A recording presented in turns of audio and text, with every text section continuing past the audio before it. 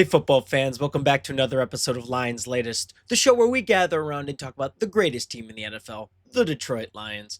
I'm your host, Bryan Hanes, and we have some great topics and some rumors to talk about today, so let's jump straight into the video. Starting off, we're talking about close isn't close enough anymore. So there was some talk about, last season, how close we got, the kind of team we had, but we fell short, and it was kind of in a really disappointing matter. Not good stuff. What does that mean for the city of Detroit? I think the time for moral victories in Detroit has expired a while ago. No one inside the building right now is celebrating 15 wins or back-to-back division titles. I mean, it's cool. It's great. It's a great change. I'm glad the team did it. I'm happy for the team and for the city, but not after the way last season ended. Not when this team has already proven how good they are, how good they can be. They had a season or a record-breaking season. You know, it's just not good enough to finish the job, though. The Lions were a game away from winning the Super Bowl in 2023, then followed up with the best regular season in franchise history. They earned the number one seed in the NFC, and then in a home playoff game against a rookie quarterback, they blew it. Was injuries a part of it? Absolutely. Injuries definitely had a part to play in this. I'm not going to say it didn't, but we fell short after having one of the greatest seasons, if not the greatest season I've ever watched. David Montgomery made it very clear that during the first day of training camp how he felt and how the team felt. He said, quote, "Everyone's tired of being close. It's cool to be close at first, but you don't want to get too comfortable with being close all the time. That's not what you want to be known for, especially when you know you've got the guys and you've got this team." Right? End quote. So he says it perfectly. It was cool to be close at first because it was a huge culture change for the city. It was like, okay, we're finally good. We finally have the ability to win. But now we know we have the ability to win, and we need to actually take that next step. Again, injuries played a part in it, but the gap is closing. That's just the tone this team needs. Not every optimism or preseason noise, right? Just urgency. Montgomery sees the window. At 28 years old, he's getting older, right? He knows exactly how quick those windows can shut. He was supposed to be a vital piece in our game last year, right before he tore his MCL, or his MCL injury, not tore it. He missed the end of the regular season and didn't look right in the playoffs. That was definitely another part of it. But the hunger's real. Watch your kneecaps, NFL. What Montgomery said isn't groundbreaking at all. We all know it, but that's exactly the point. Everyone knows what's at stake, and it's going to take a lot from the team to win this year. It's every year, right? We saw some of those clutch wins last year against like the Texans, some of these other teams, right, that were down to the wire wins. We almost came back against the Bills, but we ended up losing against the Bills. Talented team. But it's not that, right? It's you get to the end piece, you get to the part you need to be in, and you need to have everything ready. That's what's, so challenging about football is you could have a perfect regular season, almost like we did, right?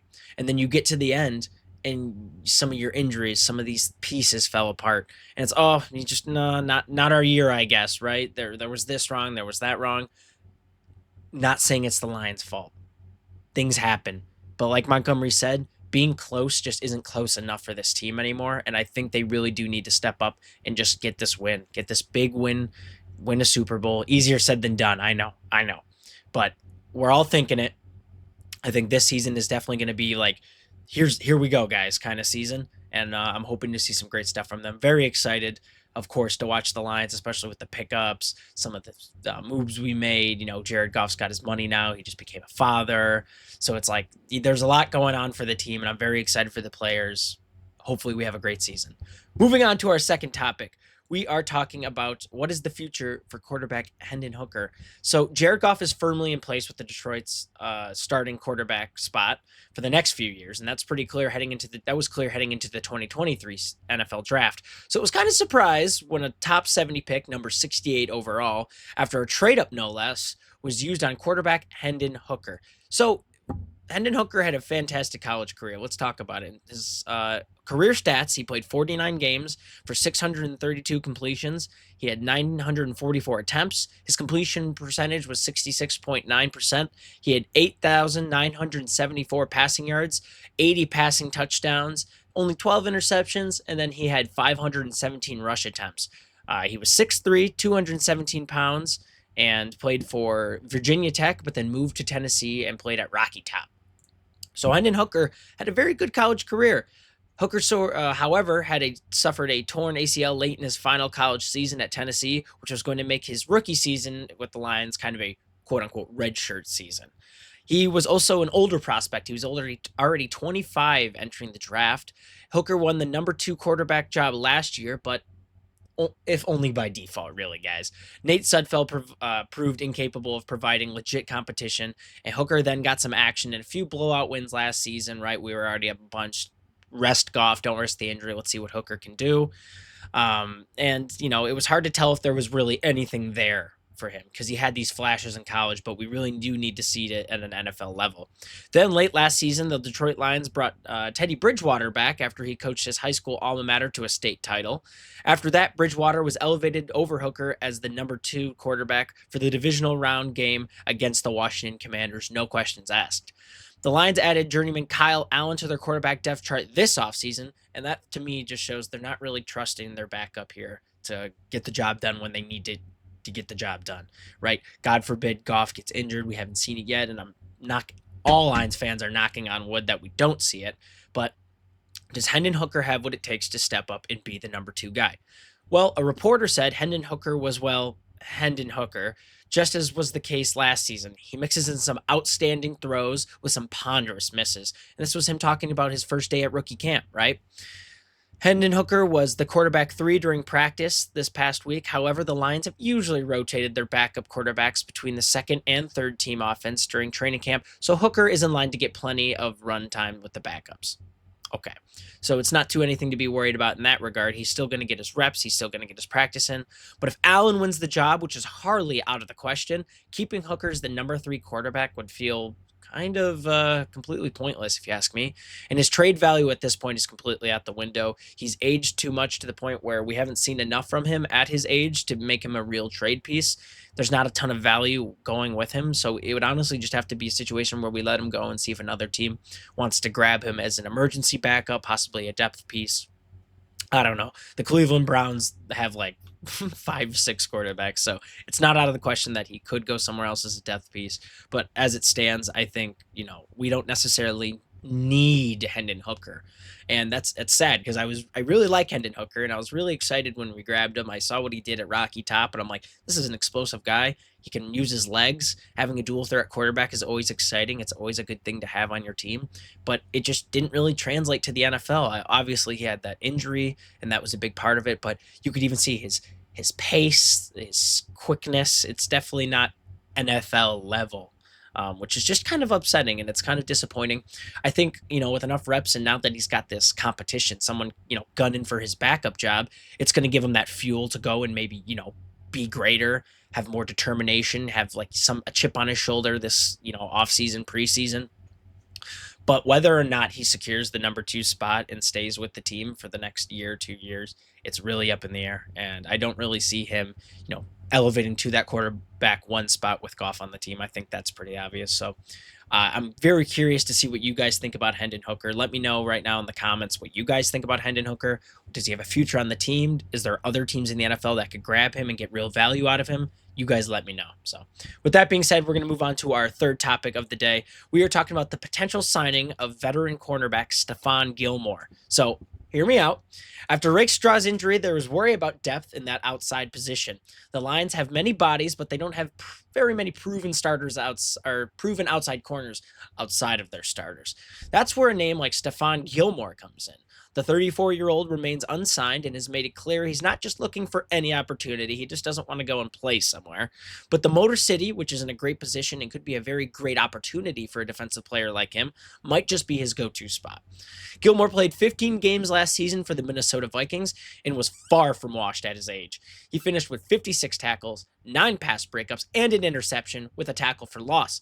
His PFF run grade defense grade ranked 28th among all quarterbacks, and while his coverage grade dipped a bit from his prime, which, he's getting older, he still only allowed just a 61.9 completion rate. He's not a shutdown cornerback number 1 guy anymore, and that's not what the Detroit Lions are really looking for either. Depth, depth, depth. We say it every single video, especially after what we saw last season. Having depth is all we need from a soon-to-be 14-year-old veteran player. And I think a 14-year-old veteran player is kind of what we would like as well. We had these younger cornerbacks, these younger secondary guys. Having a guy like him who is just a proven dog would be fantastic. We always talk about how older guys can, usher these newer guys into greatness, into these great starting positions. And I think having a guy like Stefon Gilmore could just be that, next spot. We got guys, who are like DJ Reed who can help as well. But Stefon Gilmore, more that, outside guy, zone guy, I think it could be a really, really, really good pickup. You know, Gilmore is a former Defensive Player of the Year who's made a career out of adapting and staying relevant. So that's another plus. He's constantly fought for, starting positions and being relevant. That's awesome. That could be a really great depth piece. And there's no urgency to sign him today either. The team will need to find out more about Rakestraw, his injury, all that stuff, but it wouldn't hurt to have an introductory Zoom call. Gilmore is the type of veteran who can step into a competitive environment and still hold up when called upon. The Lions can talk themselves into depth all they want, but Rakestraw's setback is a reminder of how fast things can shift, and we saw that last season, and we'll talk about that in as many videos as I need to, because that setback, that switch that flipped, was just detrimental to the rest of our season. We still have $40 million in cap space. I think a 1-year, no risk deal wouldn't really put us in any danger. And having a guy like him, like I said, that veteran player who is gritty, fits our mold, and fights to stay relevant, just showing that he wants to compete, he wants to win. That's what we need in a depth guy, and that's what we need right now with these injuries. I think Stefon Gilmore would be a great pickup.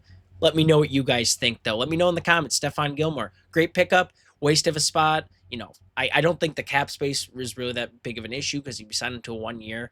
I don't think we'd really be giving up that much, especially with the contracts that are going to start happening next season and the money that's going to be coming out of those. We won't have to worry about paying him more than one season. I think it's a great pickup. At his age, we don't need him for more than just 1 year, especially with the injuries. Let's just not have another last year defense situation. So with that being said, let's move on to our fourth and final topic. We're just talking about your guys' comments. I love doing this. I don't want to do it every video, but once in a while, it's just cool to see your guys' comments. You guys have a lot of ball knowledge out there, and I just wanted to discuss it real quick. So Brent DeWitt 2180 says, Amik the Freak is a dog. Any cornerback that can shut down JJ one-on-one twice a year is worth every penny. Totally agree. I totally agree. I think signing him was awesome. I was really excited when we grabbed him. It was him and Carlton Davis. I'm like, there we go. Secondary pieces. Thank God. And Carlton Davis, got his jaw hurt, whatever. Now he's playing for the Patriots. I wish him the best. I really appreciate the season he had with us. But Amik Robertson is proven and shows that he wants to play in Detroit. To me, that's what I need in a player. Someone who wants to be here and someone who wants to compete. And like you said, if you can shut down a guy like Justin Jefferson twice a year, I'm getting value out of him. So great comment. Thank you so much, Brent DeWitt. Moving on to Superman 24. He says, love the Frazier pick, especially with the uncertainty of the guard position this year, with Mahogany being a second-year player and Ratledge being a rookie and possibly competing for the center position. Frazier not giving up a sack in the last 20 games at LSU is impressive as well. Not to mention, in a strong conference, Brad knew what he was doing there too. Too bad he's going to start up training camp on the PUP list. True. He also says, I like Zylstra for the number 3 tight end, mainly for his familiarity with the team, but I have faith in who the coaches will go with. I have total confidence in Meek this year, and he can basically cover anybody. When he was injured in the injured on the second play of the playoff game versus the Commanders, you could tell it let out a little air in the team that day. And that's what I'm saying. He's one of those players where he gets injured, the rest of the team's like, oh, crap, because he's a leader, and he's becoming a leader on the team. Totally agree with you, Superman. Frazier's going to be great. Give him some time to develop. I think he'll become a great starter for the team. Zylstra, I like Zylstra too. I don't have any worry about who they're going to take for that tight end 3 spot. It would just be cool to maybe have a more of a blocking tight end to kind of fit the run scheme. But with our new offensive coordinator, having another receiving tight end wouldn't be bad as well. Thank you so much for your comment, Superman24. I love your take there. And then our third and final comment, Sieves24 says, of course the Lions are still a powerhouse. I believe we got even better this offseason. Only thing I'm slightly worried about is how our O-line will function.